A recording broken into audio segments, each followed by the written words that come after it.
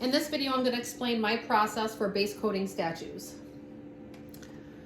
So when I base coat several pieces at a time.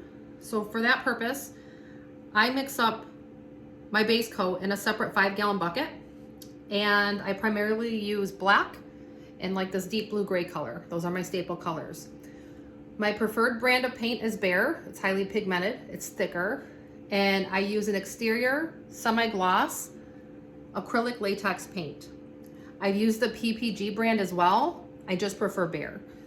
So with that being said, I have 2 5-gallon buckets in front of me. One is full of water.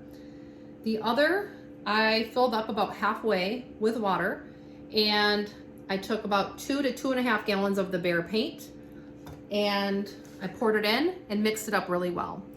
And if you choose to use this method, it's just important that you cover it when you're done and that you stir it before use each time. So the next part is very simple. I actually do not like base coating. There's pretty much no skill to it at all whatsoever. But I'll take the piece, I dip it into the water, and then I dip it into the base coat. And then I just set it up on the rack to dry. And it's that simple. So if you are not base coating several at a time and you're fairly new, or you only have a few to base coat, the alternative method would be to base coat individual pieces. This is how I started out. I would take a few pieces at a time and base coat them.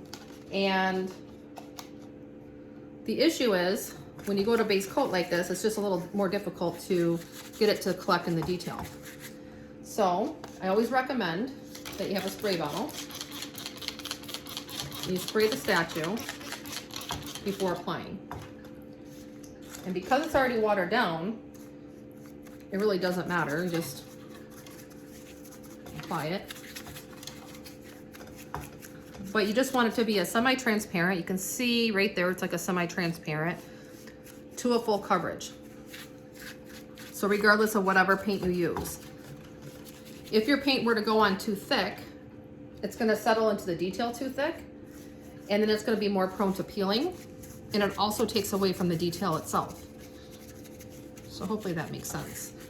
But as you can see, this is not the most time efficient. I would go crazy if I had to paint each piece like this. So I'm about to go crazy. So I'm gonna take this piece, I'm gonna drop it into the water,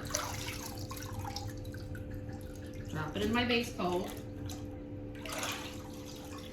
let the excess drip off.